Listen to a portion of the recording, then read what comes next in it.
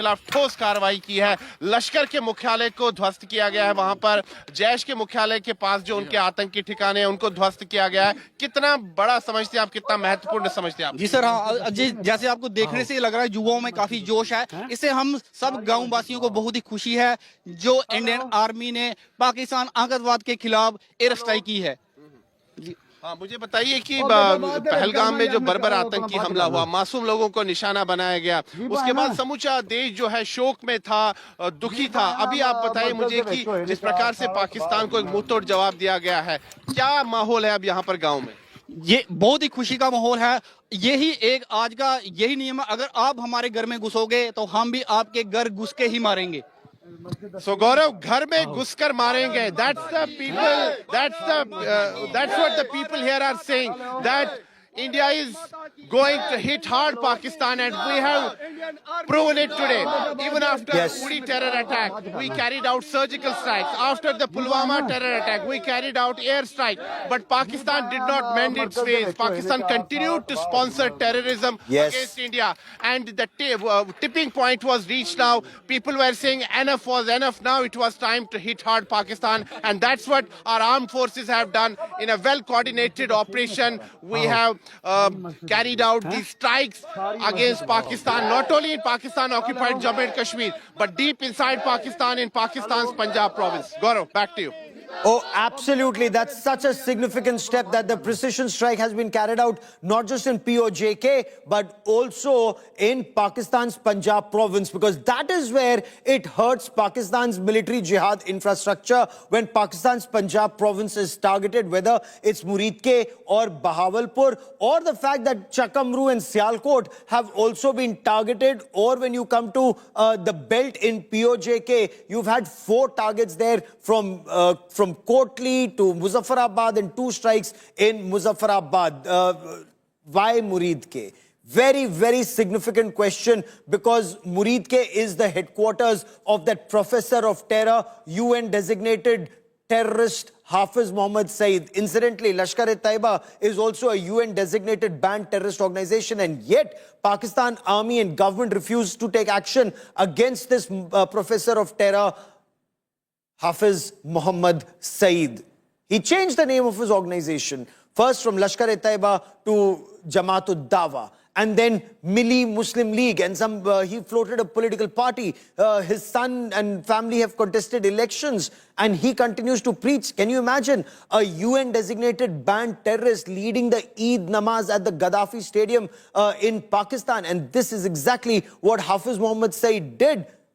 Finally, India decided.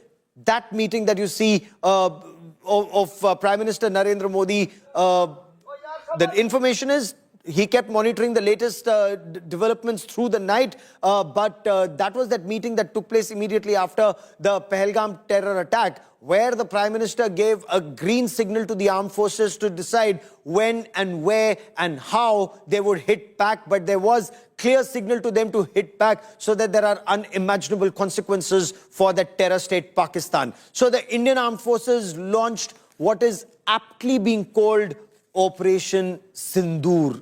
And they targeted terrorist training camps and launch pads, not just in Pakistan-occupied Jammu and Kashmir, but also in Pakistan's Punjab province. Remember, Pakistani terrorists had killed 26 tourists in Pahalgam. India Today has accessed details of Operation Sindoor.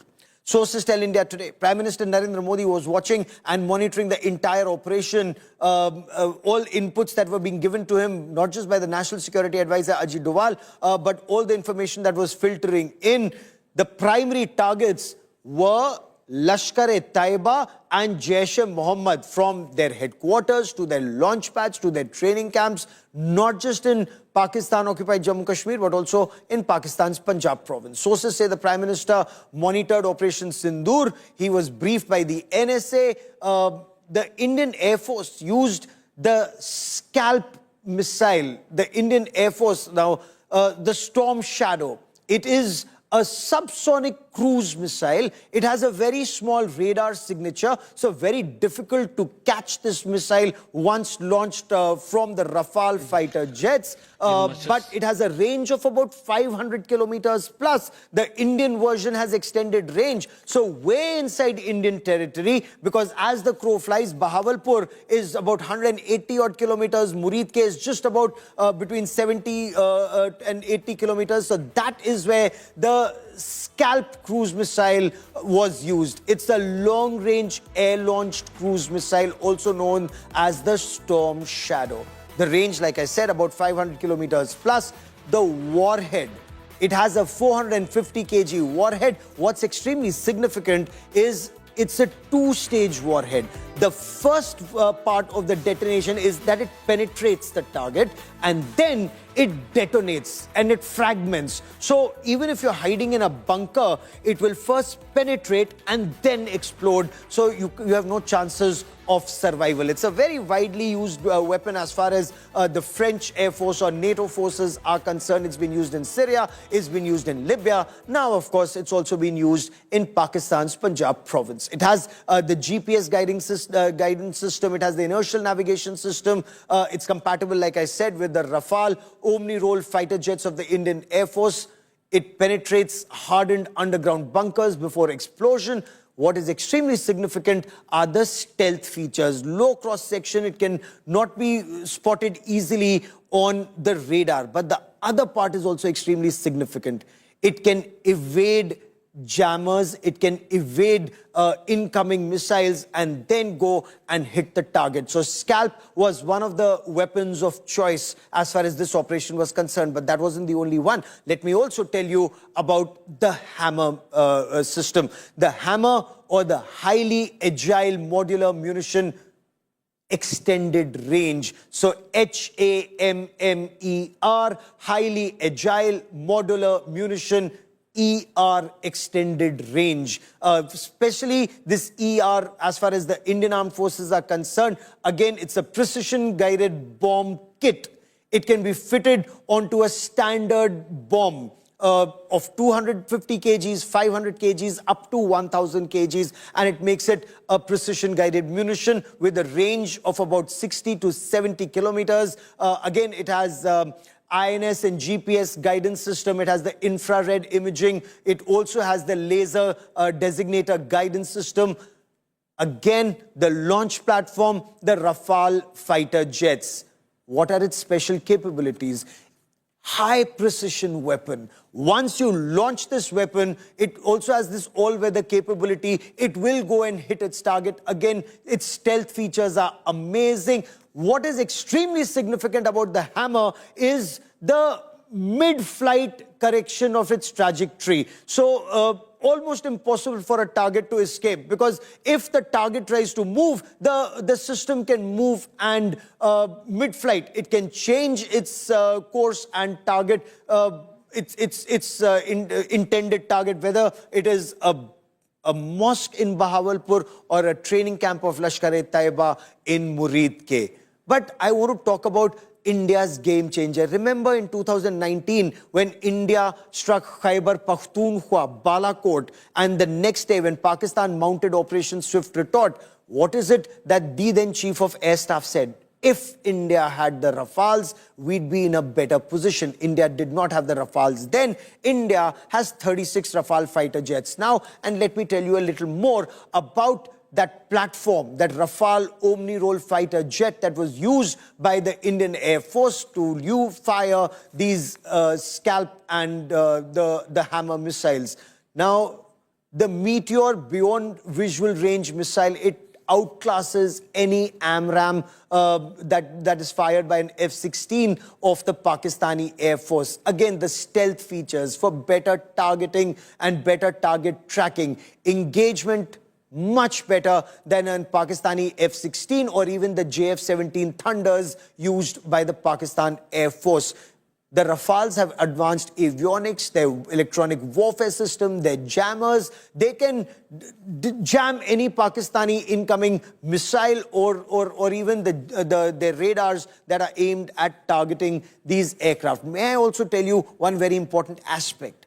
capable of carrying up to 9 tons of weapons on board. They can refuel mid-air. So once they get airborne with more ammunition, with 9 tons of payload, they can do mid-air refueling. With your mid-air refuelers, the AWACS also is your eye in the sky. And now they're completely integrated. That integration is a part of India's multi-domain operation warfare system, integrated with the AWACS, integrated with your systems.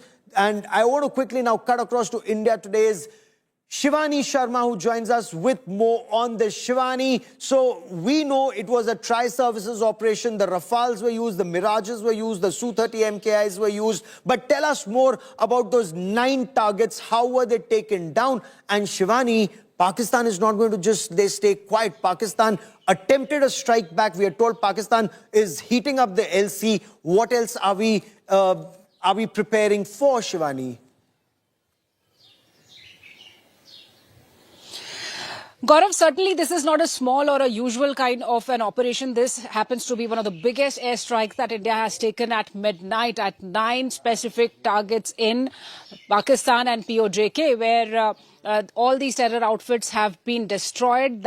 That's what we are getting to know. And this was not a Air Force precision strike. It was an involved action by all the 3 forces, the Indian Air Force, the Indian Navy and the Indian Army. So a well-coordinated, strategically planned operation that took several days and a lot of meetings that happened, deliberations we were witnessing with Prime Minister Narendra Modi monitoring the whole preparation, and he had already given a operational freedom to the forces and a choice to these forces how and where they want to strike. So a lot of intelligence inputs were also involved, and all these 9 locations in Pakistan and POJK have been hit hard. Bahawalpur and other places where the hubs of Lashkar-e-Taiba, Jaish-e-Mohammed, Hafiz Saeed, they all have been struck hard using precision munition, loitering munitions and the Hammer and other missile systems that we have. And all the assets of the Indian Air Force were pushed into action, including the Rafale jets that are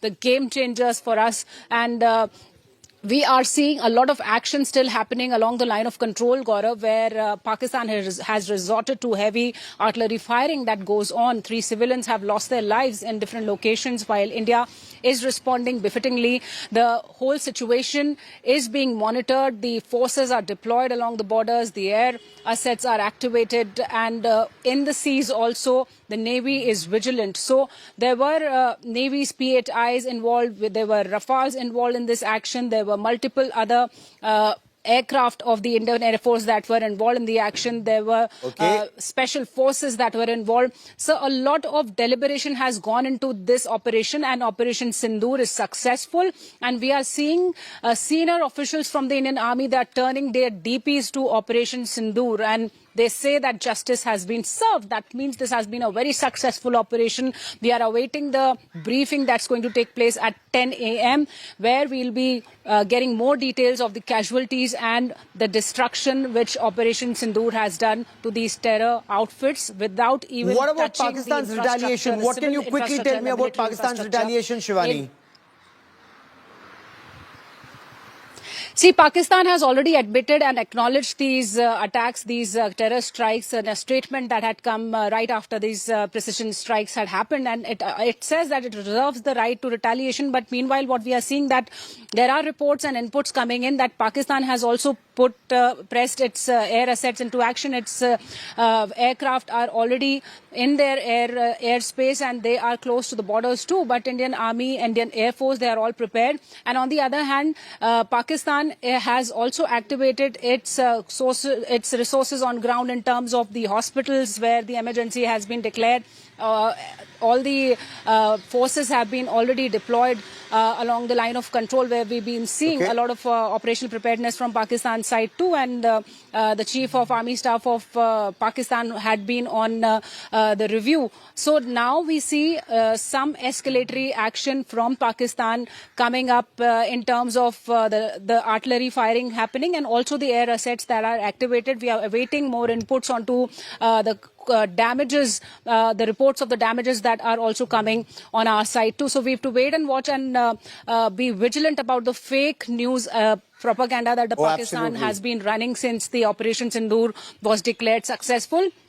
So we have to wait for the formal Stay official with me. I information also want that to bring in will come Ankit, at 10 my a.m., colleague, but joining us with more on the story. Shivani, stay with me. Captain Sharma stays with me on this big broadcast. But Ankit, what more can you tell us about the choice of the targets, the Jaish headquarters, the Lashkar headquarters? This is retribution not just for Pahalgam, but pain that Pakistan's state-sponsored radical Islamist terror has given India over decades, from IC-814 hijack to Parliament attack to Pathankot to Pulwama and of course Pahalgam, Ankit.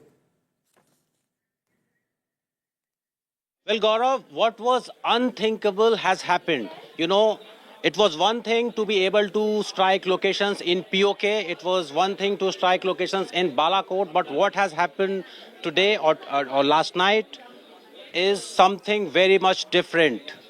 The nerve center of terrorism in Pakistan, Murid Ke, Jaish-e-Mohammed headquarters in Bahawalpur has been targeted successfully. We have a set of satellite pictures. Remember, India Today, 2 months back, used satellite pictures to show why Jaish-e-Mohammed HQ was so important. There was visual evidence to show that the headquarters of Jaish-e-Mohammed in Bahawalpur has been expanding over the years. Now, this on your screens is the satellite pictures, one of the prominent targets hit by the Indian armed forces. This particular building is called Jamia Subhanallah. This particular building is called Jamia Subhanallah. Now we have visual evidence to confirm that over past 2-3 years, this compound has increased dramatically. You see these marks marked in red. This is where the expansion has been happening over the years. Remember, Pakistan was whitelisted from FATF's grey list for doing enough to curtail terrorism. And throughout all those months and years, the HQ of Jaish-e-Mohammed in Bahawalpur has been expanding. You know, there is even a swimming pool there. These red marks that you see, these part of the compound have come up over past few months and years. Remember, this building is known as Jamia Subhanallah. Earlier today, the Pakistan ministry confirmed that this particular building has been hit. Again, these are the auxiliary parts. What we are given to understand is that a lot of construction has been happening in this part of the compound. Some residential places, maybe some hostels. There was also a madrasa here. One of the key targets, why this place was so important, Gaurav. Unlike Balakot, this is not a semi-permanent place. This was supposed to be so safe for Masood Azhar because a Pakistan Air Force base is just right here in this town, and right on this highway is the HQ of Jaish-e-Mohammed. Masood Azhar, Maulana Asghar Rauf, all his associates felt so safe staying here because they believed, because there is a PAF base in this particular city, they will be safe. But what has been achieved today, it is unparalleled. Similarly, the other target, Murid Ke, the HQ of Lashkar-e-Toba. You know, Pakistani military was trying a propaganda operation. They were supposed to take all the foreign journalists today for a tour to Bahawalpur and Murid Ke. I know a lot of them have been following India Today broadcast. One important point, Gaurav, don't go by Indian media reporting. Don't go by what Indian military is saying. Just go and check what David Coleman Headley told FBI. David Coleman Headley, the key plotter, arrested by FBI, currently serving prison in the US, is on record saying that he visited Murid Ke. There was a Lashkar camp in Murid Ke. Tahawur Rana visited Murid Ke. So that is why Murid Ke is so important. And this place, fighters, militants, terrorists from Afghanistan were brought here to listen to Maulana Masood Azhar.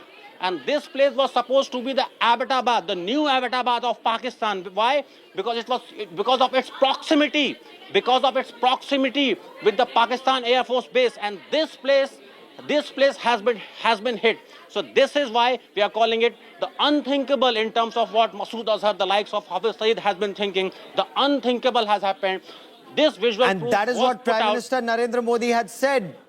That's exactly what Prime Minister Narendra Modi had said, that the punishment would be unimaginable, it would be unthinkable, and that's exactly what has happened, and this is just the beginning. Should there be a retaliation from Pakistan, that would be escalation, because remember, India has very clearly said they've only targeted terrorists and terror training camps and launch pads and not any Pakistani military installation. In retaliation, if Pakistan were to attack a military installation in India, that would be an act of war, that would be escalation, and India then reserves the right to hit back. And when you talk about the escalation ladder, India's assessment is that India is on top of that escalation ladder. But the world is worried. Now, there are multiple voices from across the world who are now saying that there should be restraint that must be exercised. Immediately after the strikes, India reached out to interlocutors in the United States of America, in Russia, in the United Kingdom, Saudi Arabia, and the United Arab Emirates about the strikes. Sources tell India Today that senior Indian officials, including National Security Advisor, spoke to his counterpart in the United States of America. Ajit Doval spoke to Marco Rubio about the strikes. Now, we have a reaction from US President Donald Trump, who said, I hope it ends very quickly. He said, it's a shame this has been going on for such a long time. He said he knew that something was going to happen. He urges both sides to de-escalate quickly. Listen in to US President Donald Trump. No, it's a shame. We just heard about it just as we were walking in the doors of the Oval. Just heard about it. I guess people knew something was going to happen based on a little bit of the past. They've been fighting for a long time. You know, they've been fighting for many, many decades. Any message to and centuries, actually, if you really think about it. No, I just hope it ends very quickly. I just hope it ends very quickly is what the US President Donald Trump has said. But will it end or will it escalate? A little bit of the past. They've been fighting for a long time. You know, they've been... I quickly want to cut across to my colleague Simar Chawla, who joins us with more on this. He's at Shubham Dwivedi's residence. Remember, he was one of those who was killed. And Simar, this is Operation Sindoor, the Sindoor that the Pakistani terrorists had wiped out. Shubham Dwivedi was killed. You are with his wife. Bring us her first reaction to this information as she hears it from you. Well, Gaurav, Operation Sindoor has been named for this whole operation that went out at night. Right now, we are present at the residence of Shubham Dwivedi. We are being joined with his wife. Remember, Shubham was the first victim who lost his life, who was the victim of the terror attack, who was the victim of, the bullet that came from, in fact, the terrorist in the Pahalgam terror attack. Aishanya, yes, thank you for speaking to India Today. What is your first reaction? The airstrikes have been conducted by the government. Are you satisfied? I am satisfied, and the moment I read the operation name Sindoor, I went and I saw Shubham's photo and I was crying because it is actually a very personal thing. ये नाम रख के मोदी जी ने या जिन्होंने भी ये नाम सोचा है उन्होंने ना बहुत पर्सनल लेवल पे हम जितनी 26 औरतें उनसे कनेक्ट किया है और शायद कहीं ना कहीं हम सबको ये लग रहा है कि ये पर्सनल लेवल पे उन्होंने जाके हमारे लिए बदला लिया है. I remember interviewing you a few days back. You said that the action is not enough. Do you think it's enough now?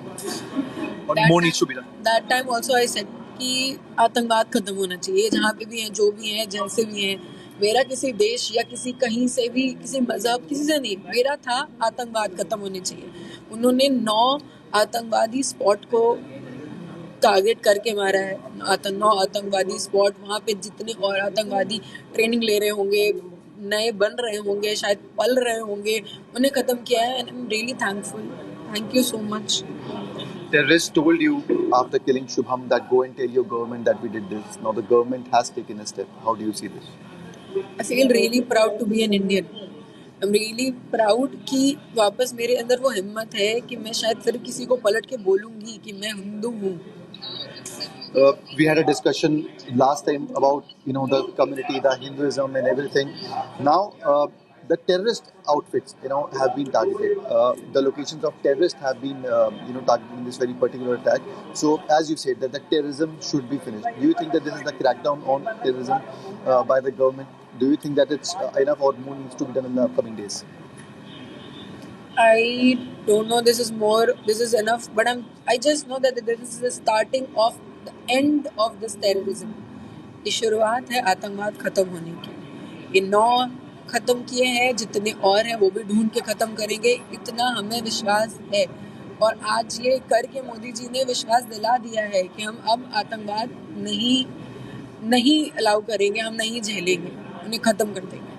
Prime Minister Narendra Modi also gave a statement कि जो टेररिस्ट हैं उनकी जो ज़मीन है operate करने की वो कम पड़ जाएगी और उनकी ज़मीन बची हुई ज़मीन भी हम खत्म कर देंगे. मैं ये स्टेटमेंट्स आप ही के लोगों के थ्रू सुन रही हूँ और मैं बहुत कहीं ना कहीं आज मैंने the moment I see all this now मैंने अपनी बहन को मैसेज किया है now his soul will rest in peace and truly I feel that somewhere wherever he is. अब वो ऊपर देख के ना खुश हो रहा होगा कि हाँ चल मैं गया, अब और नहीं जाएंगे इस आतंकवाद की वजह से. और मैंने तो पहले भी बोला है आतंकवाद इसलिए खत्म होना चाहिए क्योंकि और शुभम नहीं मरने चाहिए.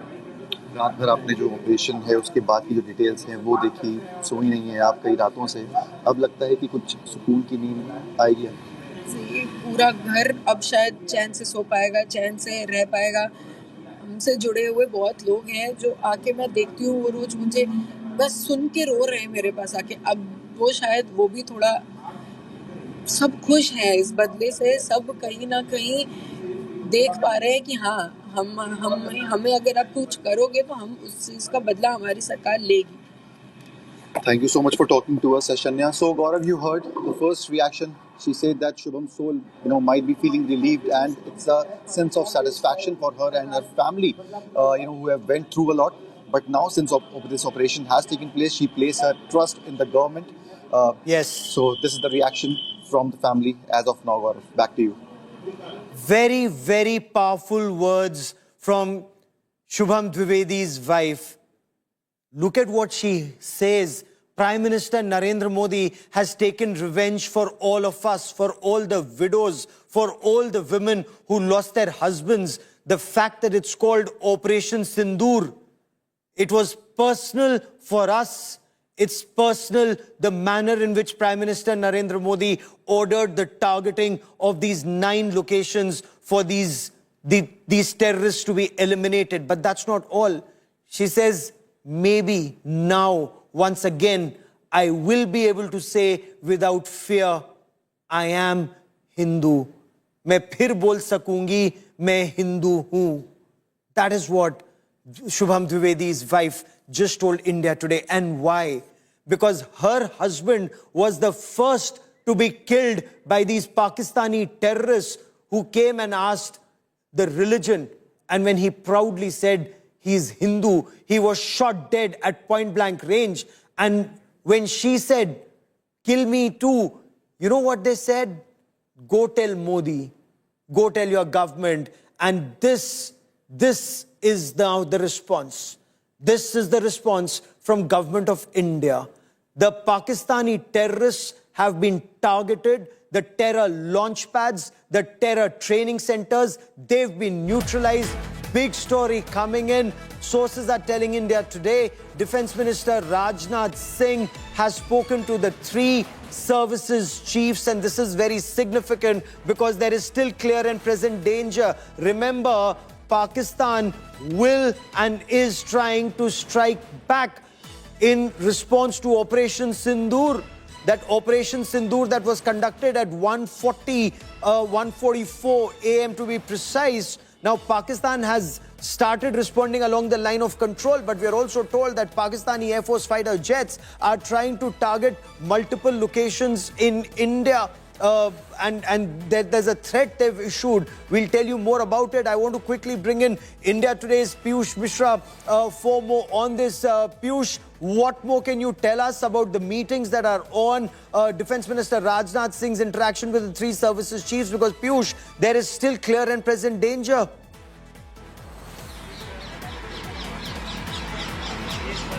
Well, certainly, Gaurav, at 10 a.m. everything will be clear. The Minister of Defense is going to tell us about the operations those have been carried out against Pakistan. At 10 a.m. press conference will be addressed by the senior officials and everything will be clear. But one thing is clear, that India has retaliated hard. All 9 targets were successful. PM Narendra Modi was monitoring each and every development throughout the night. At 11 o'clock, Gaurav, there is a cabinet meeting also that will be chaired by PM Narendra Modi at his residence. So what we're also learning from our sources is that just before the cabinet meeting, the cabinet committee on security meet will also take place, in which all top mantris of Modi cabinet, including Rajnath Singh, Amit Shah, Nirmala Sitharaman, S. Shankar will be present, and most likely NSIG Dobal will also be there. You would remember that in the last 2 weeks, PM Narendra Modi has held multiple meetings. The day he was back in India after cutting short his Saudi Arabia trip, he was briefed by senior officials, and then since then he has been holding multiple meetings. And last we also heard from Prime Minister, where he was quoted, where he said with me for that a moment, and joining me now on India Today on this big momentous day on India Today, with me is Air Chief Marshal Rakesh Kumar Singh Bhadoria, former Chief of Air Staff. Air Chief Marshal Bhadoria, your appreciation of India's strikes at 9 different locations, sir. Your first response. No, very clearly, it's a very robust response to the terrorist act at Pahalgam, in terms of the choice of targets, the number of targets, the nature of targets, and it's a very clear message. What Honorable Prime Minister has said, to inflict unimaginable punishment on the terrorists and their backers. This is exactly what it is, and it has been effective from what I can make out in terms of all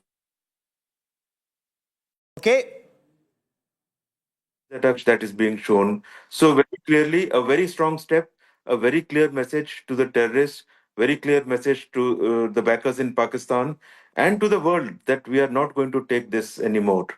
So, Air Chief Marshal, for the benefit of our viewers, what would have been the thought process behind the choice of targets from Muzaffarabad to Kotli to Gulpur? Let's talk about the targets in Pakistan-occupied Jammu and Kashmir first, before I come to targets in Pakistan's Punjab province, because these targets clearly were very carefully chosen, not just for the impact, but for the messaging to Pakistan's military jihad infrastructure, sir. Absolutely. Very clearly, very deliberately chosen. And it would have been after a lot of due diligence in terms of who were responsible for Pahalgam, what was their network, were their connections, and who all were the backers. So that entire, backer network has been targeted. Their infrastructure has been targeted. The terrorist sites have been targeted, where they get trained or assemble or are directed. Control room, etc. So I think if you just see the numbers and all terrorist targets, not a single military target, and it's been made very clear by the government. In terms of how strong the response is, it is a very strong response for what they did at Pahalgam. Let me now come to the big target, whether it's Lashkar-e-Taiba headquarters in Muridke or the Jaish-e-Mohammed headquarters in Bahawalpur. You wargamed this many times in the past.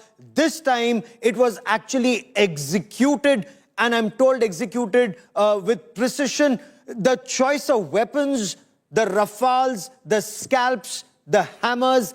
For the benefit of our viewers, explain the significance of Muridke and Bahawalpur, Air Chief Marshal Bhadoria.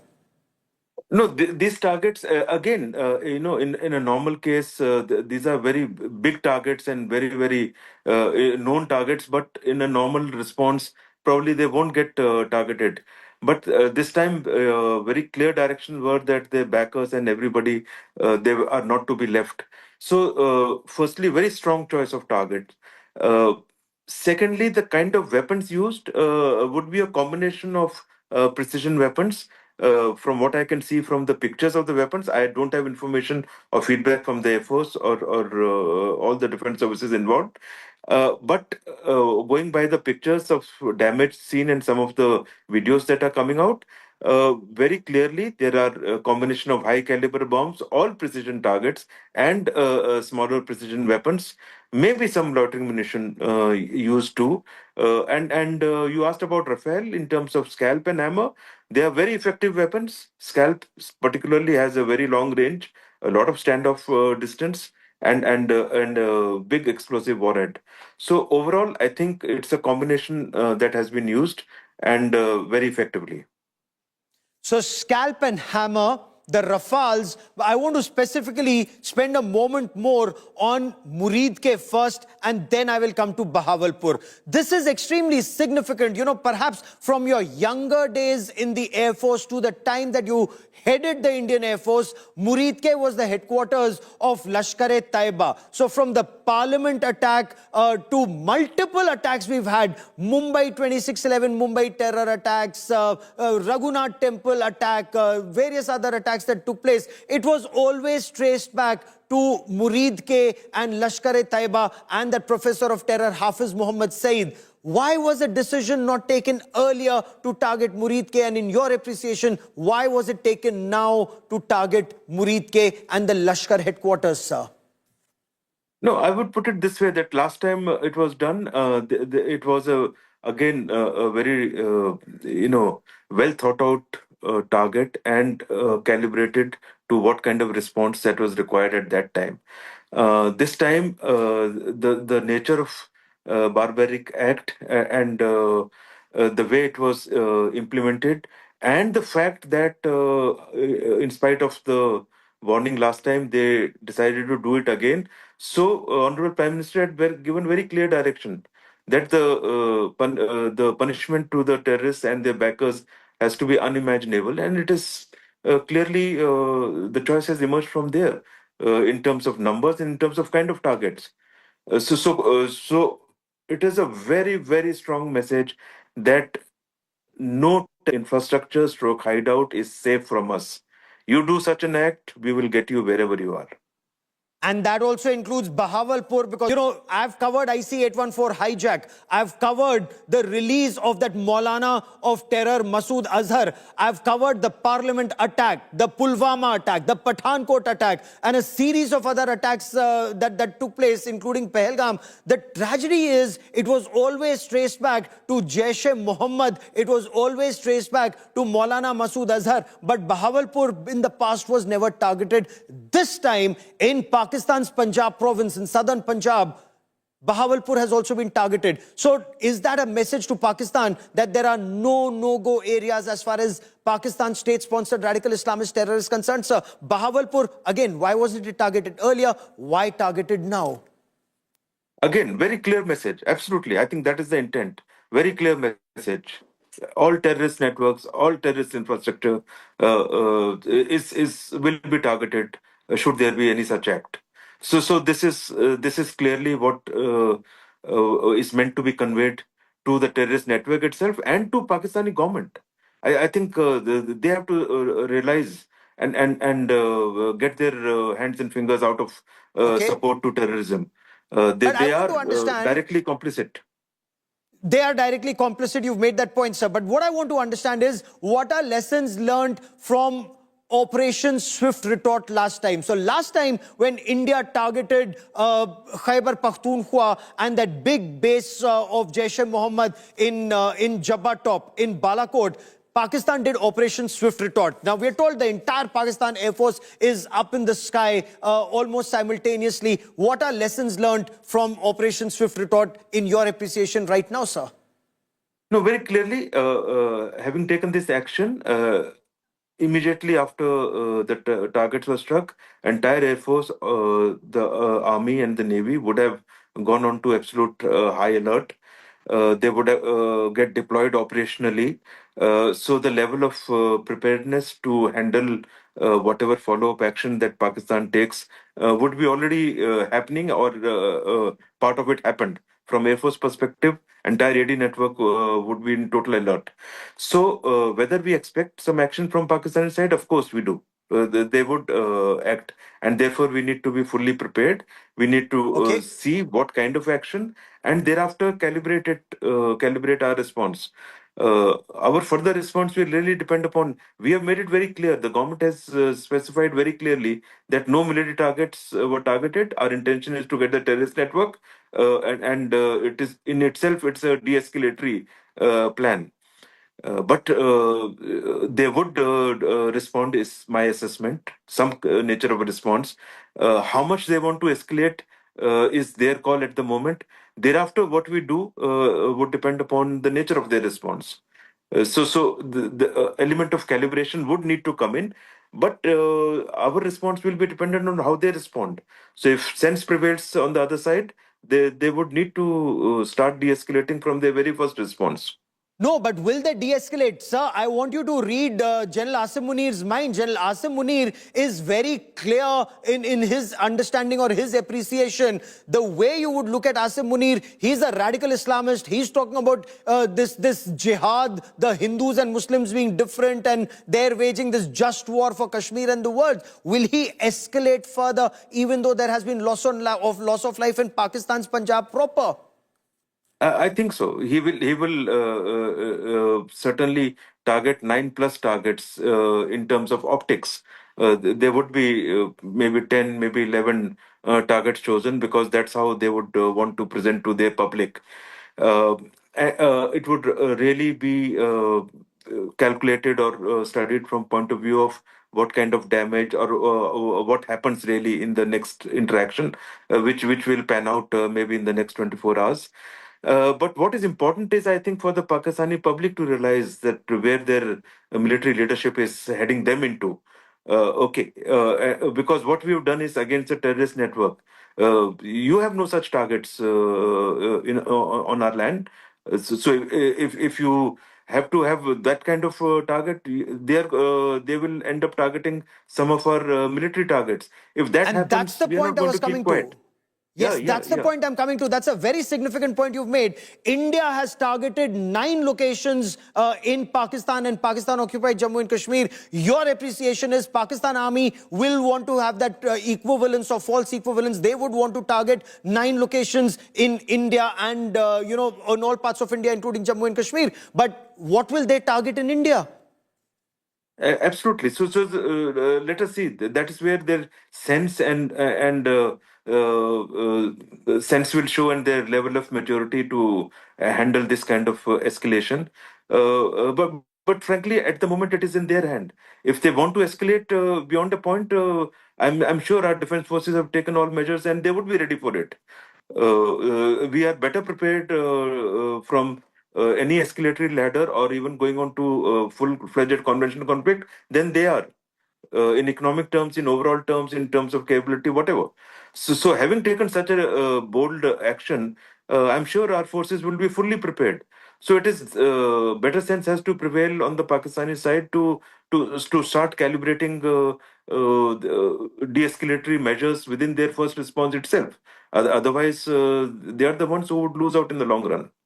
So are you saying that there still is clear and present danger, and there is clear and present danger of escalation? We've targeted 9 terrorist training camps and launch pads and headquarters. Pakistan, if it chooses to retaliate either against any military installation or any strategic installation in Jammu and Kashmir, remember what Pakistani ministers have said in the past, that in case India stops the Indus Waters Treaty or holds it in abeyance, stops their water, they will target our dams, and words to that effect. God forbid, if they were senseless enough to do that, would that be seen as a major act of escalation? And how do you see this escalation ladder move, sir? No, they better not target the dams. I'm sure their sense will prevail. Unless they put a small bomb or small explosive there, they better not target, because they will surely know what we will do after that.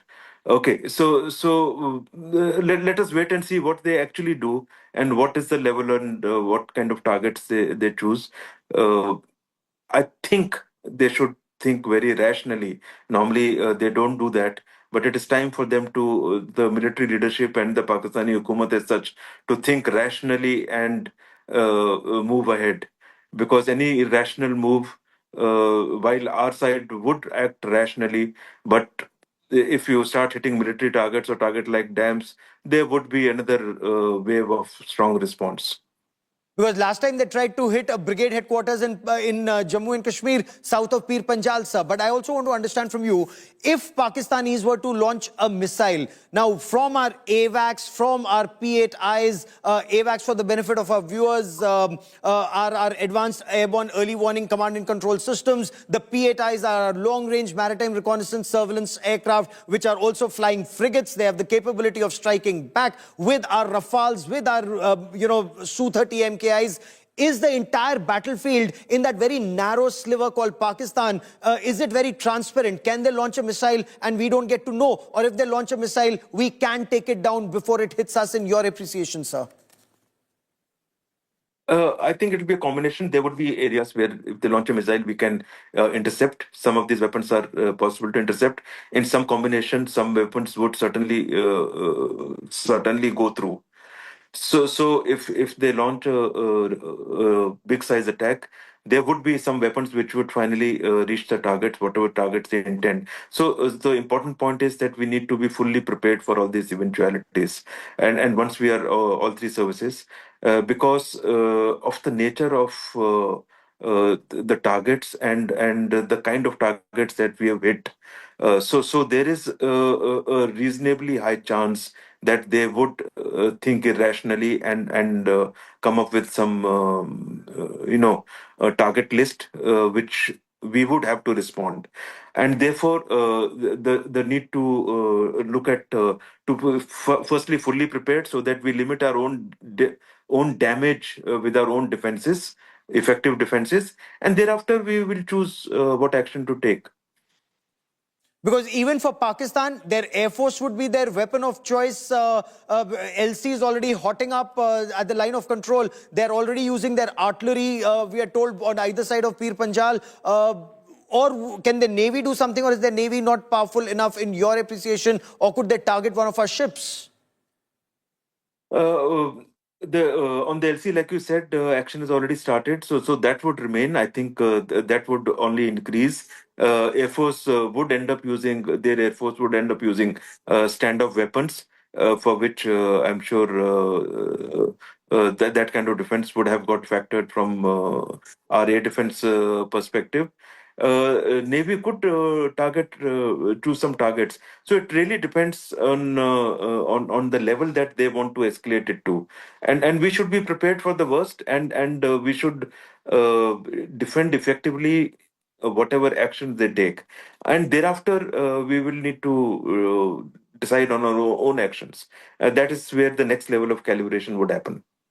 Okay, and the fact that Government of India used all three armed forces to respond to Pakistan state-sponsored terror, the Navy, the Army, the Air Force, all assets, that were used for this operation, does that also send out a significant message to the adversary?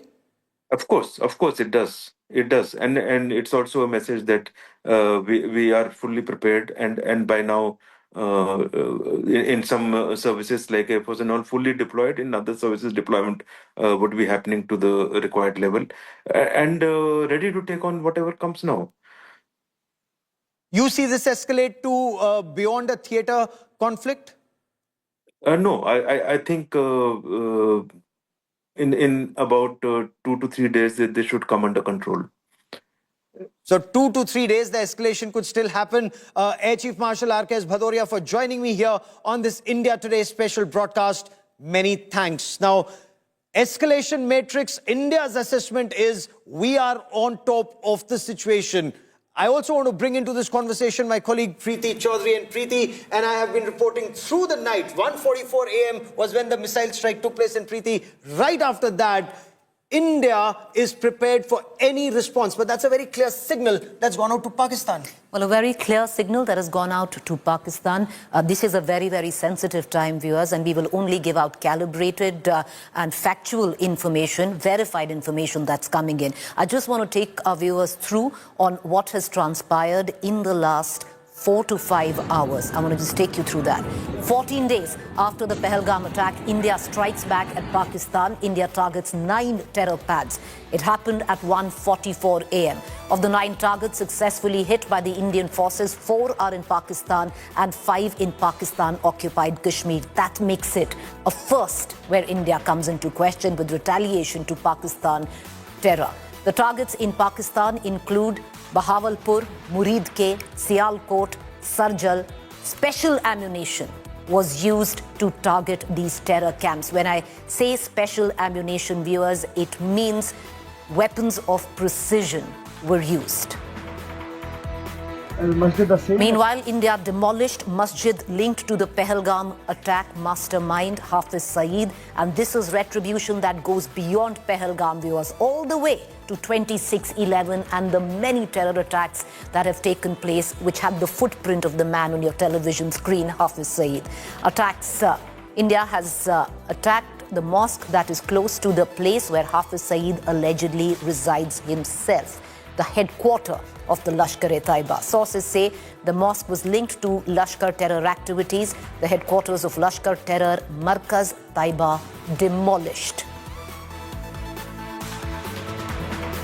The attacks were carried out with precision at 4 locations of Pakistan and Pakistan-occupied Kashmir. Sources say that Prime Minister Modi is monitoring the entire operation from his official residence, 7 Lok Kalyan Marg.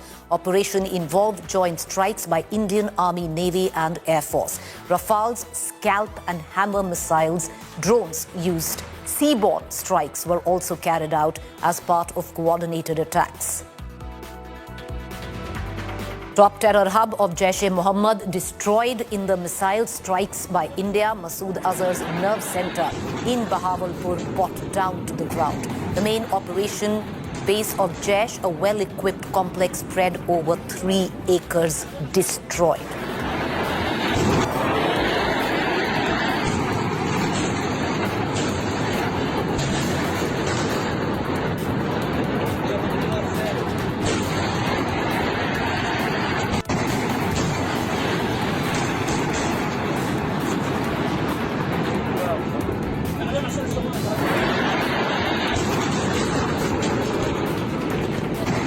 So the situation on ground right now, extremely tense. Pakistan may strike at a place where Pakistan perceives it to be stronger. But for the benefit, Preeti and I want to take you through some of those 9 locations that India has targeted Pakistan state-sponsored radical Islamist terror, and not just in Pakistan-occupied Jammu and Kashmir, though we will begin from Pakistan-occupied Jammu and Kashmir. We will come down, Preeti, to the area that really hurts Pakistan, and that's Muridke and Bahawalpur. So let's talk for a moment about Bahawalpur in Pakistan's Punjab province. It's actually about 180 odd kilometers from the international border as the crow flies from India. It's in the southern part of Pakistan's Punjab province. It's the headquarters of a UN designated banned terrorist organization called Jaish-e-Mohammed.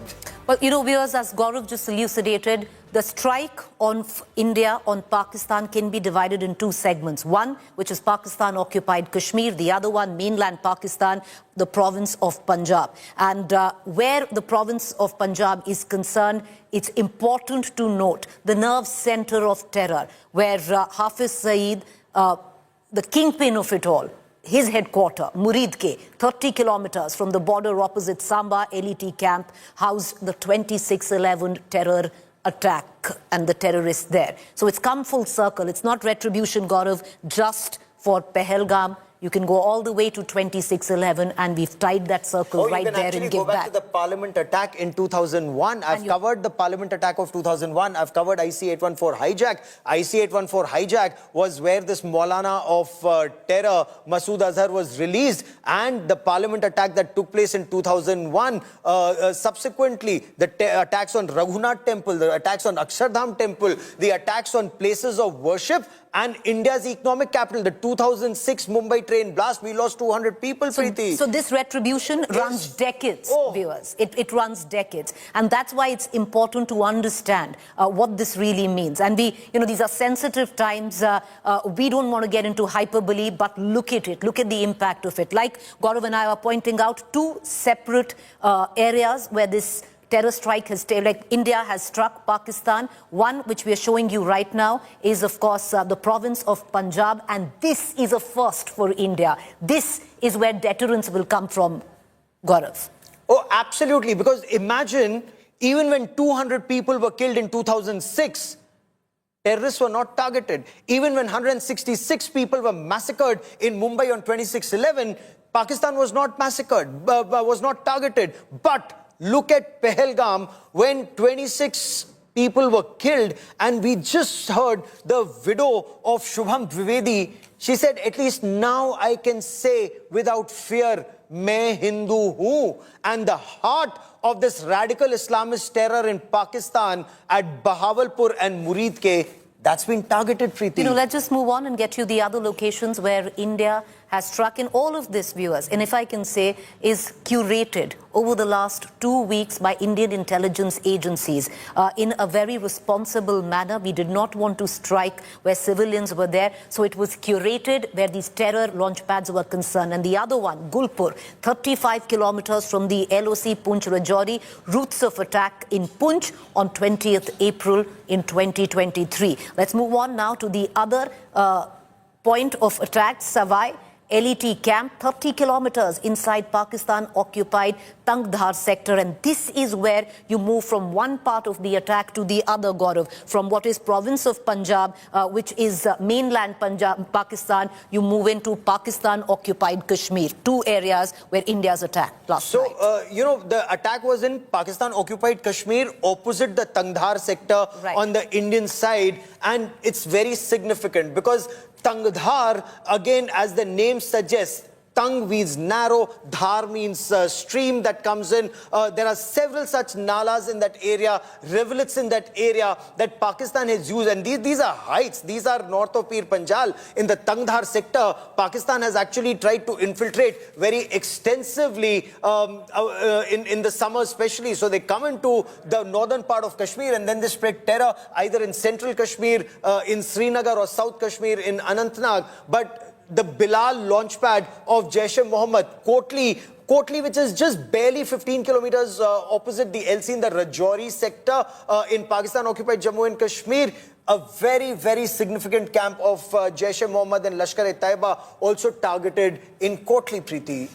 Once again, all of these 9 are not army installations, they are not ISI installations. All of these 9 points where India has attacked last night are terror camps, either belonging to Jaish or LET, viewers. That's it. The other one, Barnala, 10 kilometers from LOC opposite Rajouri. Let's move on. Sarjal, JEM camp, about 8 kilometers from the international border. And Mehmuna. Very significant once again. Now, Sialkot is a very important training camp or a launch pad. And this is not the LC. Now we've come to the international border in the Jammu sector. The 200-kilometer long international border in the Jammu sector. That is where Sialkot has a very significant training camp of the Hizbul Mujahideen. But that's a training camp that's also been extensively used, Preeti, by Lashkar-e-Taiba and Jaish-e-Mohammed. There's breaking news coming in, big story. The Indian army has responded in a big way to ceasefire violations by Pakistan along the LC. We are told Pakistan is using heavy artillery now, which is 155mm howitzers are being used to respond. Pakistan army, we are told, has suffered massive casualties in India's retaliatory strikes along the LC. That is what's sources are telling India today. And this is where Pakistan really feels the pain. Remember, Pakistan shot the Ramzan ceasefire in 2002 because after the Kargil war, after 1999, through 2000 and 2001, Indian Army punished Pakistan extensively along the LC. The images that you see there on your television screen, the moment 155mm howitzers open up, and now India has their guns with the 52 caliber guns with the extended range. Preeti, they can hit a target more than 50 kilometers away in that altitude. And I quickly want to bring in India Today's Shivani Sharma into this conversation with Preeti and I. Shivani, LC heating up is not good news for Pakistan all along the LC, but I believe now it's no longer restricted to small arms.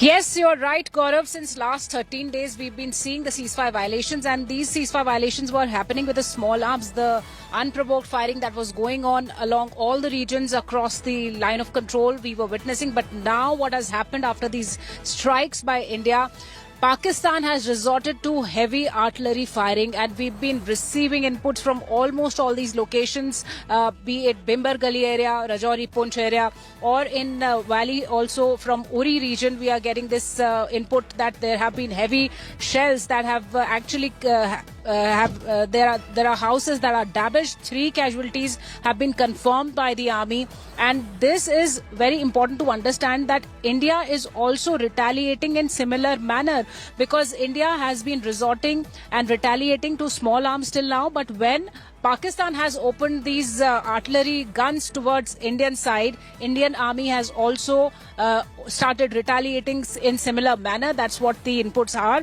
And these are 155mm howitzer guns, the artillery guns that have been deployed with a long range of around 50 kilometers. Preeti, I've actually seen these 155mm howitzers in action. So yeah, not just in the Kargil war. Yeah, stay with us, Shivani. These 155mm howitzers, they were the death of Pakistani soldiers in the Kargil war. Amazing strike capabilities, amazing precision, and you know the 39 caliber that time. Now you have 52 caliber rounds that hit. It's 155mm 52 bore weapon that goes and sits, the ammunition that goes and hits the enemy. They have nothing that will save them now. Well, you know, so this was expected, viewers. Once India struck Pakistan at about 1:44 a.m., we gave out that statement, and minutes after that, Pakistan admitted that India had in fact attacked Pakistan.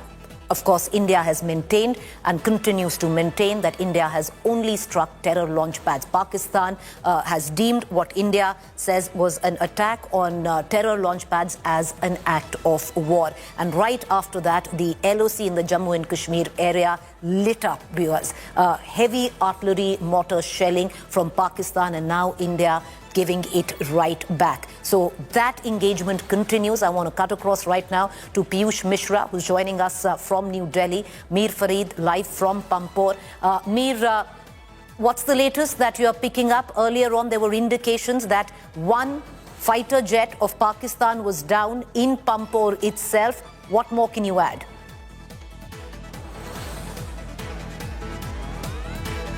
All right. Mir, can you hear us?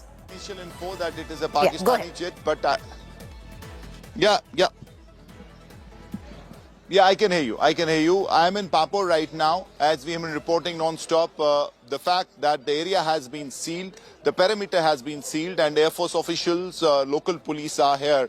As of now, no confirmation from the Air Force, the kind of aircraft, nature of aircraft, and whether it's a Pakistani aircraft or our own. So that part we obviously are not speculating on.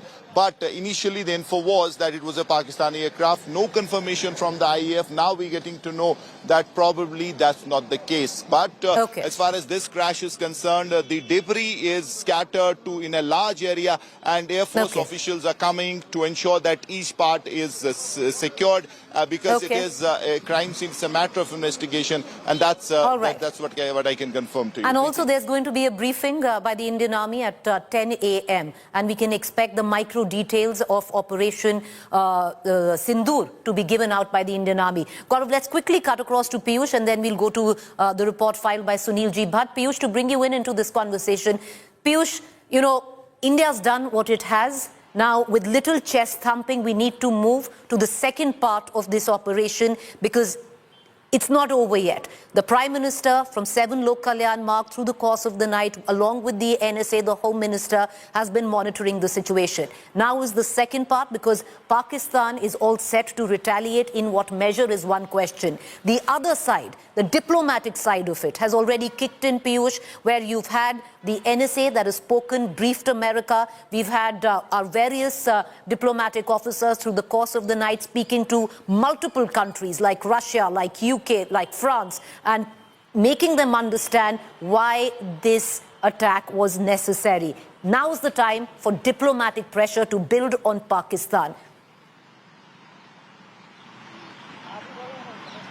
Absolutely, Preeti. You would remember that PM Narendra Modi in clear words had said that we will track, hunt and punish each and every terrorist and also their handlers. For that, more actions have to be carried out. We have already taken military action. We have already attacked Pakistan. 9 targets were successful. That's what we have heard from top sources in the government. And after that, now diplomatic actions are being taken. The countries are being briefed. You would remember that a few days back, diplomats, all foreign envoys, they were briefed by India and they were also told about the clear involvement of Pakistan in terror attack which was carried out in Pahalgam.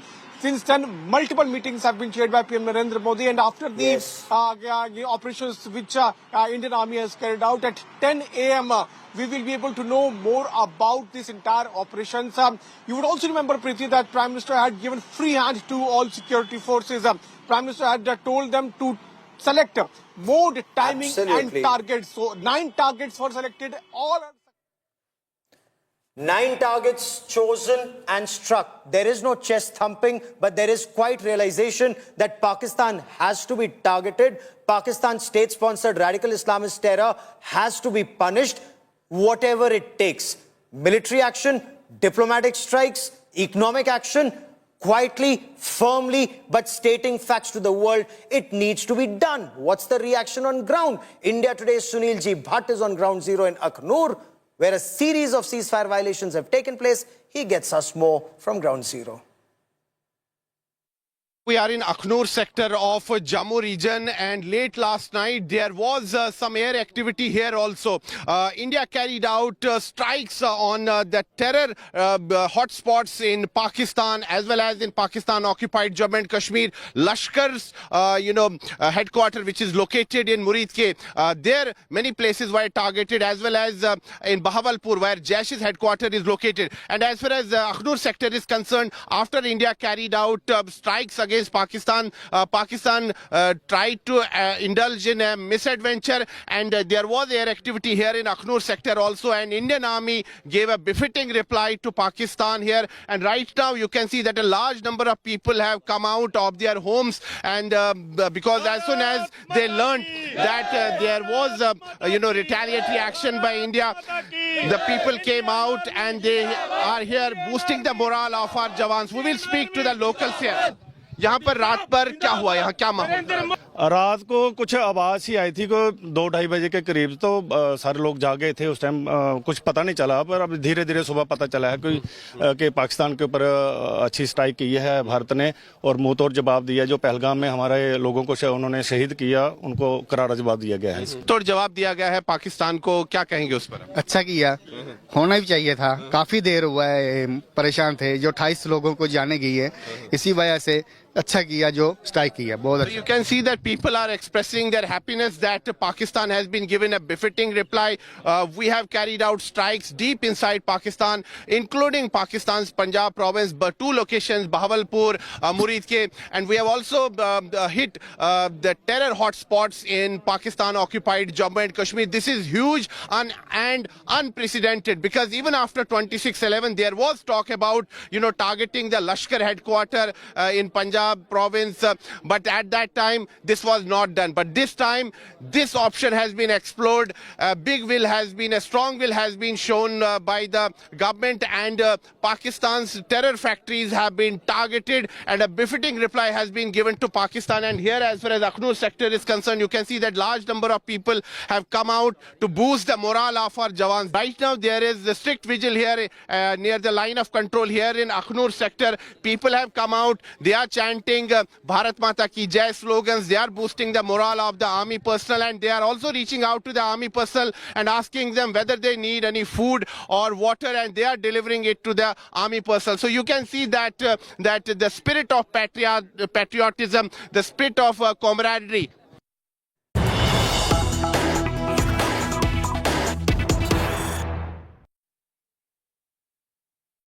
All right, we're continuing to get more news break that is coming in. Full details of the targets that have been destroyed at 1:45 a.m. by India. Jaish training camp destroyed in Muzaffarabad. Sayyidina Bilal Markaz main JEM transit camp. Terror camp used to train 50 to 100 terrorists. The Pak army trained the Jaish-e-Mohammed terrorist in Sayyidina Markaz. Sayyidina Bilal Markaz, Jaish-e-Mohammed, Muzaffarabad. POJK, Sayyidina Bilal Masjid is the main center of Jaish-e-Mohammed in POJK, located opposite Red Fort. This facility is used as a transit camp for JEM terrorists prior to their launching into Jammu and Kashmir. At any point of time, 50 to 100 cadre reside in the facility, additionally trained by Pakistani Special Forces SSG. Additionally, trained by Pakistani Special Forces SSG. Muzaffarabad, Jaish-e-Mohammed's office cum transit camp is located on the first floor adjacent to the building of Sayyidina Bilal Masjid. The masjid building consists of a 3-story building, 2 stories from front, wherein the Hijama Center pressure cupping medical therapy is located on the ground floor. This facility is spread over 8 to 10 canals. This facility has family quarters, office buildings, office of Al Rahmat Trust, charity wing of Jaish-e-Mohammed. This facility is used as a transit camp for Jaish-e-Mohammed terrorists prior to their launch into Jammu and Kashmir. At any point of time, 50 to 100 cadre reside in this facility. Additionally, trained by Pakistani Special Forces SSG is imparted here, as indicated from the photographs retrieved from phones of killed JEM terrorists. The Jaish-e-Mohammed operational commander and Jaish-e-Mohammed head of POJK, Mufti Asghar Khan Kashmiri, is in charge of this facility. Abdullah Jihadi, Abdullah Kashmiri and Ashik Nengru also operate from this center. Mufti Asghar Khan Kashmir and Abdullah Jihadi are wanted accused in the Nagrota attack 2016, as they had planned and executed the Nagrota attack, in which terrorists enter into the army camp at Nagrota near the Balini bridge and started to indiscriminately fire upon army personnel. The selection of cadre to carry out Nagrota attack at that facility. Just detailing, viewers, the micro detailing. It took 2 weeks for agencies, the RAW, to curate these 9 terror sites and decide that these were the sites that India was going to attack and blow up.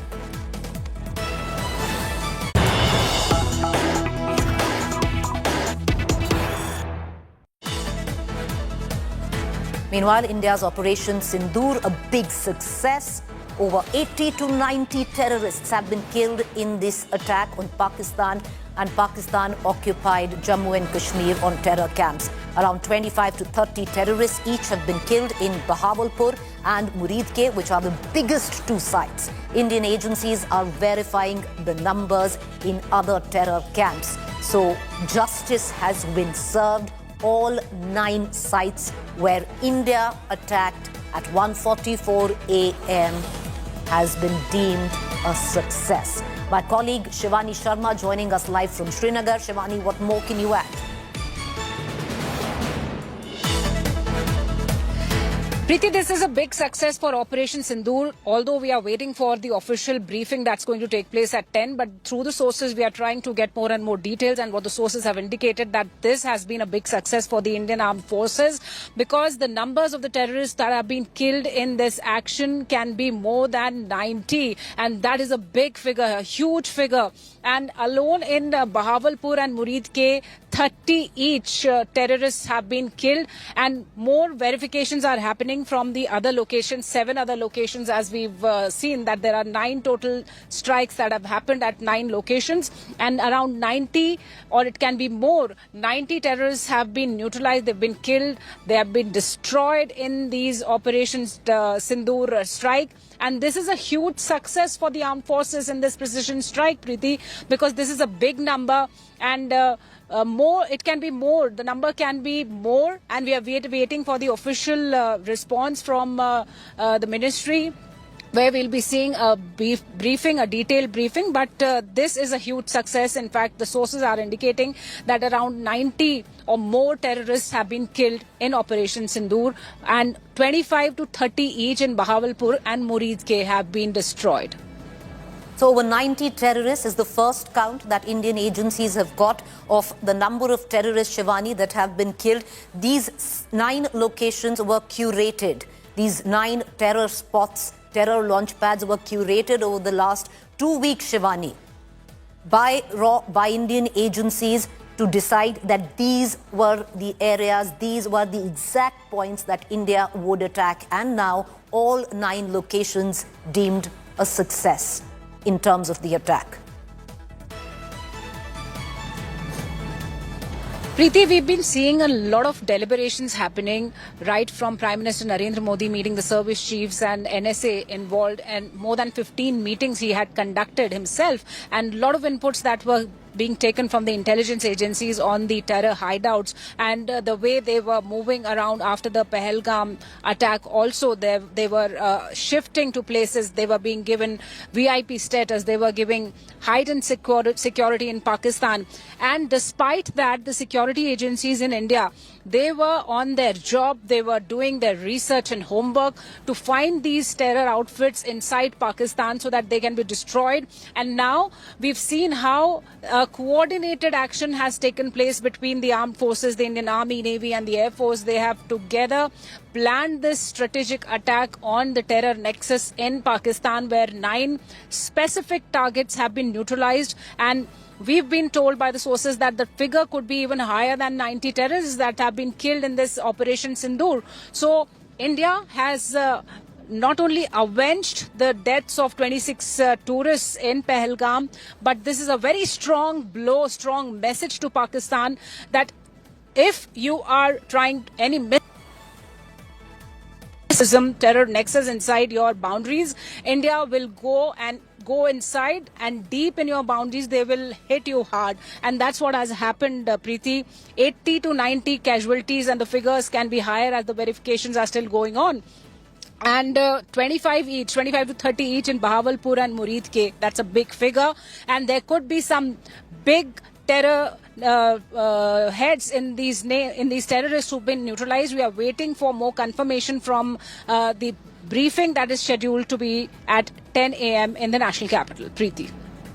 Well, thank you, Shivani. My colleague Shivani getting us the latest, our ace defense reporter getting the information first, and most importantly, viewers, verified, correct information. And we want to be very responsible for the information that we put out. So when we do say that we have bona fide information, that our sources within the Defense Ministry has said that over 90 terrorists have been killed in this strike by India on terror on Pakistani soil.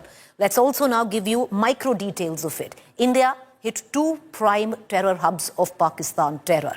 Viewers, one in Pakistan-occupied Kashmir, the other Pakistan mainland province Punjab. Lashkar chief and mastermind of attacks like 2611 in Pahalgam, after Hafiz Saeed's mosque that served as a headquarter for Lashkar destroyed in the strikes. The mosque linked to terror activities and terror planning, which just doesn't end with Pahalgam, viewers. This has been a terror story that has spanned decades, that has bled India for decades. Identified Masjid Tayaba as a center of ideological training and radicalization. 26/11 attacker Kasab confessed that he was trained in Muridke, where the terror hub is located. Kasab also described the complex as key to plotting terror attacks and indoctrination. It is also revealed that Osama bin Laden had financed rupees 10 million for construction of mosque and guest house within the Markaz Taiba complex. And this, viewers, was researched, was curated by Indian intelligence agencies as one of the sites that India had to strike. Why Muridke? Why are we emphasizing again and again and again on the success of this strike in Pakistan, especially where Muridke is concerned when it comes down to stemming terror? Muridke is the headquarter of the Lashkar-e-Taiba, viewers. The Lashkar-e-Taiba, the latest terror attack on India, Pahalgam, the TRF had links with the LET. You go all the way back to 26/11, links with the LET, the footprint of the LET, the footprint of Hafiz Saeed. You go to the parliament attack before that, the footprint of the Lashkar-e-Taiba, and all of that accumulated in the terror hub of Muridke, the headquarter of LET. Near Lahore, LET led by Hafiz Saeed, the 26/11 mastermind, Masjid Tayaba. Now, it's a masjid, but this is also the headquarter of the Lashkar-e-Taiba. That was the target of our Indian forces, and that target, to neutralize that target, has been accomplished. And it's huge, viewers. The mosque linked to LET terror activities, 26/11 attacker Kasab confessed to be trained in Muridke. Kasab confirmed meetings with Hafiz Saeed. Kasab described complex as key to training, planning and indoctrination. And that is the importance of Muridke, viewers, because this is historic, where India's payback, retribution, whatever one might call it, when it came down to giving it back to Pakistan for fomenting terror in India. All right. Look at your television screen, viewers, and what you see. These are the before and after visuals of this masjid, which serves as the headquarter of the Lashkar-e-Taiba. At any given time, there are about 30 to 40 terrorists who are training in this very building. This is what it looked earlier. At one side, you can actually see the visuals of this particular headquarter of the Lashkar-e-Taiba, and you see on the other side of me on what India reduced it to rubble. This was Muridke. Let's cut across right now to Bahawalpur. Another key terror hub demolished in Indian strikes is the Jaish terror hub. You saw the Lashkar-e-Taiba terror headquarter. Let's move on to Bahawalpur, the Jaish terror hub. On your screens is the visuals of the mosque that served as terror training pad in Bahawalpur. The JEM, the Jaish-e-Mohammed terror commanders associated with the Afghan operations, also visit this markaz for terror planning, meetings, operational plans. The main operational base of Jaish is a fortified facility. It houses 600 cadre of the Jaish-e-Mohammed, viewers. This building housed about 600 cadre of the Jaish-e-Mohammed. The facility has a state-of-art gym, swimming pool, used as a recruitment center, training camp, and where terrorists would come, train, wait before being transported to India, to Kashmir. This is what has been reduced to rubble now. Why Bahawalpur? What is the importance of Bahawalpur? We just spoke of how it is the headquarter of the Jaish-e-Mohammed, the operational hub of Jaish-e-Mohammed, main training center of Jaish-e-Mohammed, where indoctrination takes place in this particular center of the JEM. It served as a terror training was for 2019 Pulwama attack. Residents of key Jaish-e-Mohammed leaders, over 600 cadre, like I pointed out, living right there. Full facility. Right now reduced to rubble. So this was important for India to hit. It's history in the making, because viewers, India did not just go after terror launch pads, also going after the big terrorists who actually train, indoctrinate, and send young men trained as terrorists across to India. All right, we're going to quickly move on, but to once again get you in focus for you to see what was the importance of Bahawalpur, the headquarters of Jaish-e-Mohammed, and on the other hand, the importance of Murid-ke. How many times, viewers, have you constantly heard on television, you've constantly read in newspapers, Murid-ke, the headquarters of the Lashkar-e-Taiba? How many times over? Every terror attack, the footprint of the Lashkar-e-Taiba comes into fore, always in the spotlight. And viewers, now when you actually look at it, that headquarters by this, the head of terror, Hafiz Saeed of the Lashkar-e-Taiba, destroyed.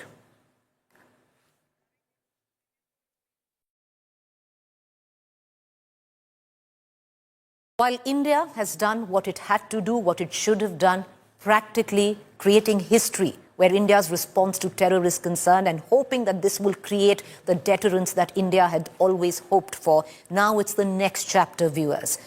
Sensitive times need to be handled very sensitively, and now you move to the diplomatic front of it. At one point, while we are waiting and hoping that Pakistan doesn't retaliate, what India is constantly doing is to engage world leaders diplomatically. Shortly after striking 9 sites in Pakistan and Pakistan-occupied Kashmir, sources tell us that India has briefed global powers. United States, Russia, the United Kingdom, Saudi Arabia and the United Arab Emirates about the strike. Sources also tell us that senior Indian officials through the course of the night have spoken to their counterparts in a number of countries to brief them on the steps taken by India. India is a responsible nation, viewers.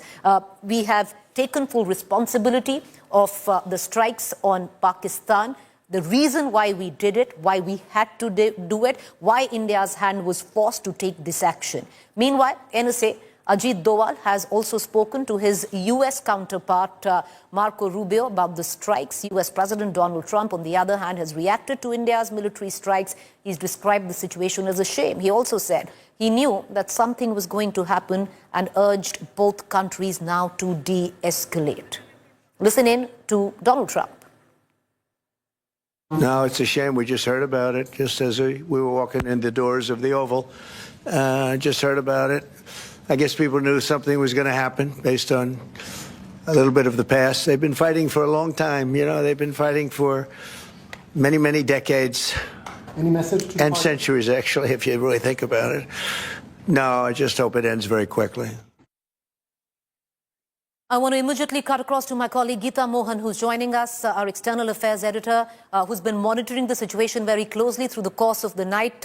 Geeta, immediately after India attacked Pakistan, responsible nation issued out a statement for the world, and then all the diplomatic officers of the country briefed their counterparts in various countries on how India's hand was forced, exactly what India did. The NSA, Ajit Doval, spoke to his counterpart in the United States of America, stating why India did what it did and giving out exact details. Hoping, Geeta, now you move to the second chapter of this attack, to diplomatically engage leaders, to put diplomatic pressure on Pakistan on not to be foolhardy and retaliate.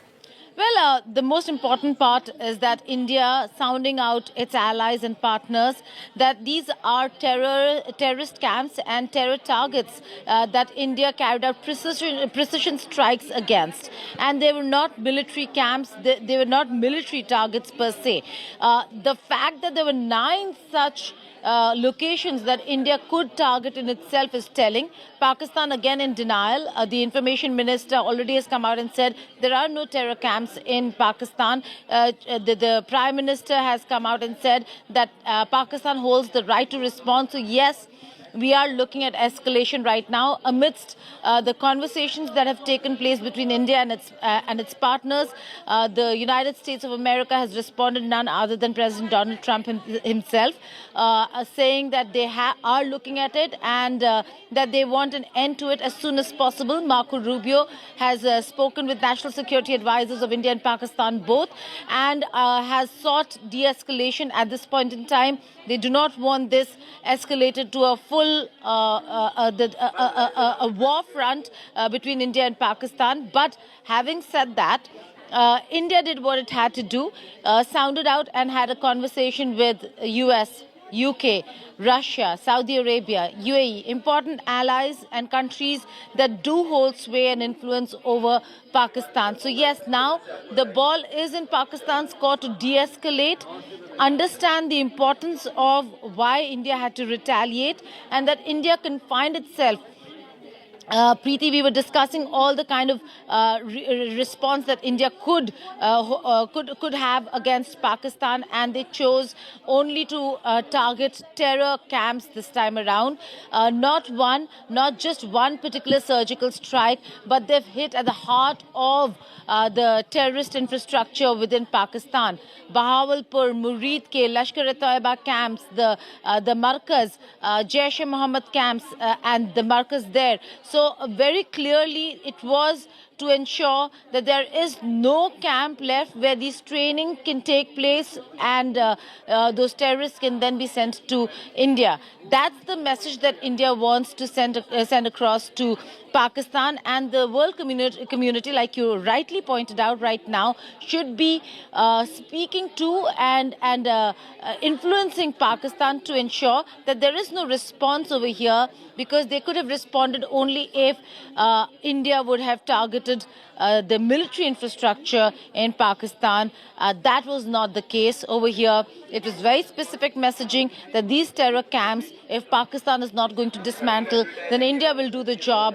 And since India suffers at the hands of these terrorists who are trained and are allowed safe haven in Pakistan. Geeta, right now, of course, India's done its bit. It's briefed, our diplomatic officers have briefed their counterparts. Okay, Geeta, would you stay on with me? I'm going to just come right back to you. Lots of developing news that is coming in. We're going to cut across to Geeta in just a bit, but I want to take you through the latest news break that is just coming in.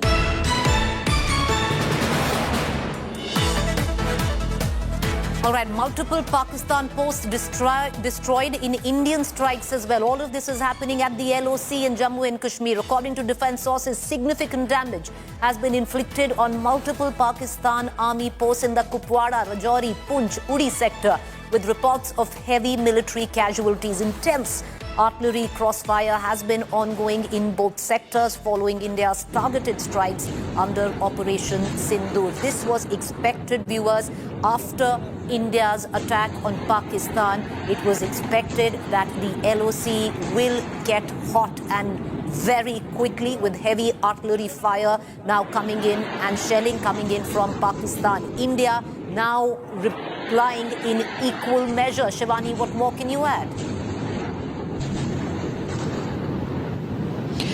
Preeti, what we are getting to know that as a response, India is also firing heavy artillery guns on Pakistan posts, and Pakistan has inflicted heavy damages, not only the military posts, the military assets, but also there can be some casualties on the side of Pakistan. That's what we are getting to know through our sources, because we've been reporting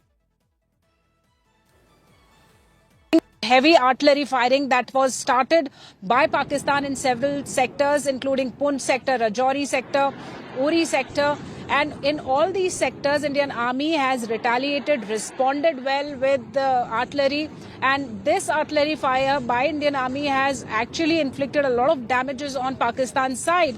155 mm howitzer guns that we were the range of 50 kilometers, Preeti, and this fire has given a damaging response to Pakistan on their side of the LOC.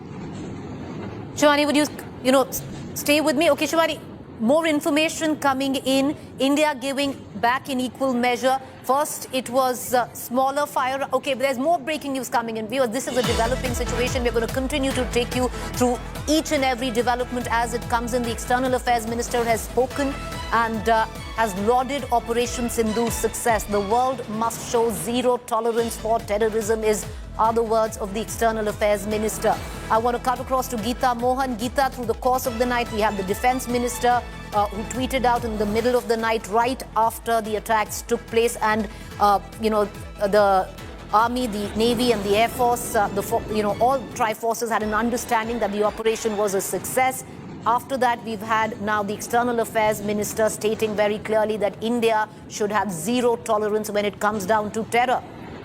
Well, that's right, Preeti. A very strong message from Dr. Jaishankar. He's put out a very cryptic but one-sentence post on X saying that there is going to be zero tolerance to terrorism. And that's the message that India wants to send across. It's not targeting civilians in Pakistan. It's not targeting those areas that have not impacted directly India in many ways than one, but precision strikes being carried out in areas that train terrorists, that harbor terrorists, and only specifically those terrorists that work against India.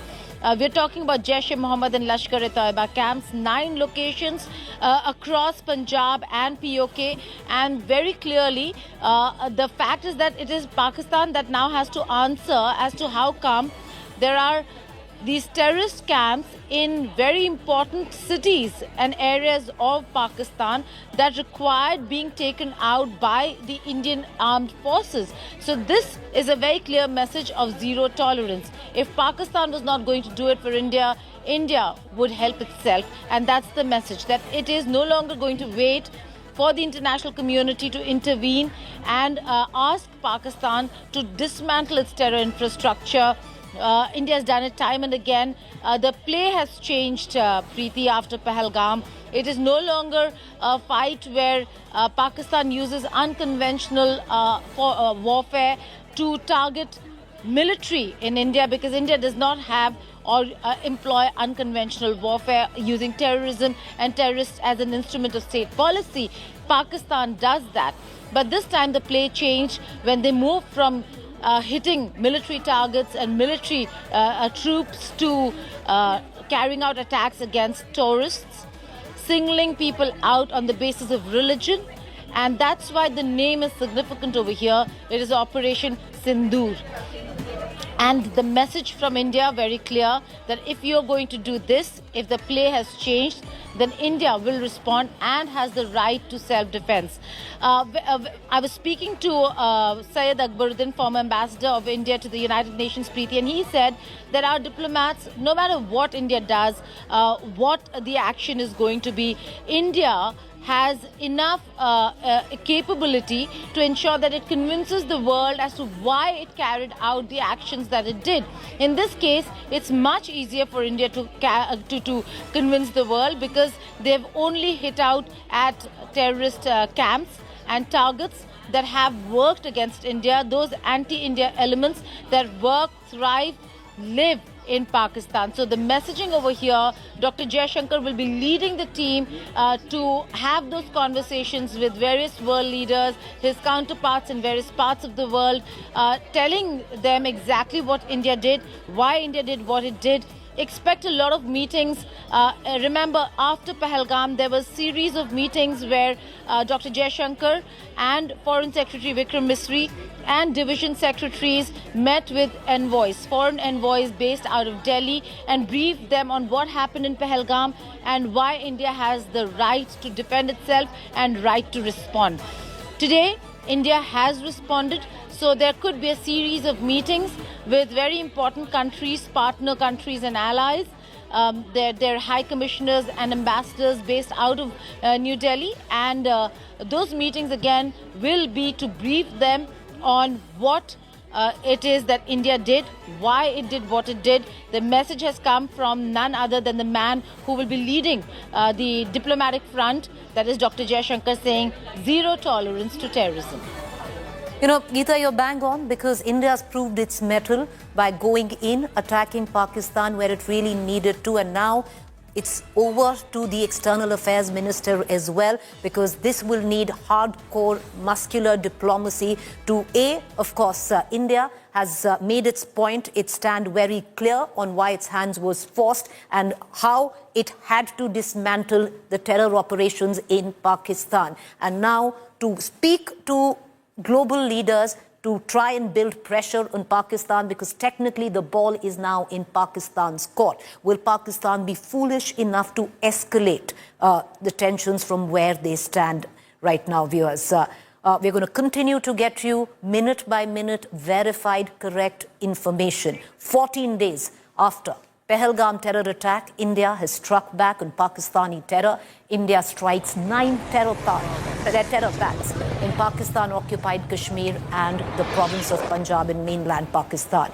Here are the visuals of the Indian strike, of India striking back in Uri in 2016, Pulwama in 2019, and now a reply for Pahalgam. And this goes far beyond, viewers, of what was earlier.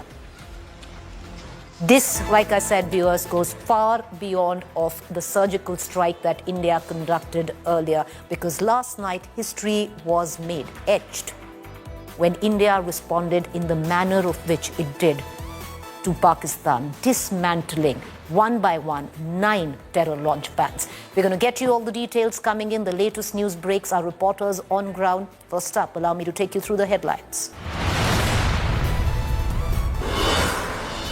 India avenges Pahalgam. India hits Pakistan terror targets. Indian forces carry out Operation Sindoor in Pakistan and Pakistan-occupied Kashmir. 9 targets hit, joint operation by all 3 forces.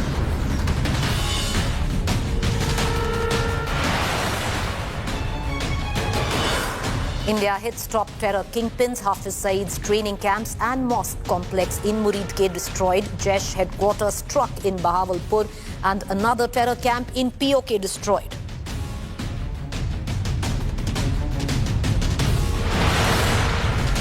Operation Sindoor to avenge Pahalgam attack. Inside details of how precision weapons were used. Scalp, hammer, rafale and drones used. Prime Minister monitoring operations throughout the night.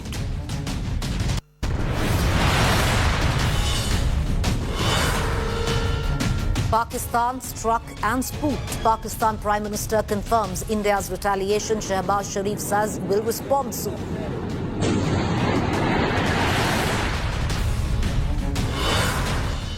Srinagar airport shut for civilians. Airlines cancel or stall flights to and from Srinagar, Jammu, Jodhpur, Amritsar and even other cities. India briefs global powers, US, UK, Russia and other countries on attacks. Donald Trump says he knew the response was coming, hopeful for tensions to ease soon.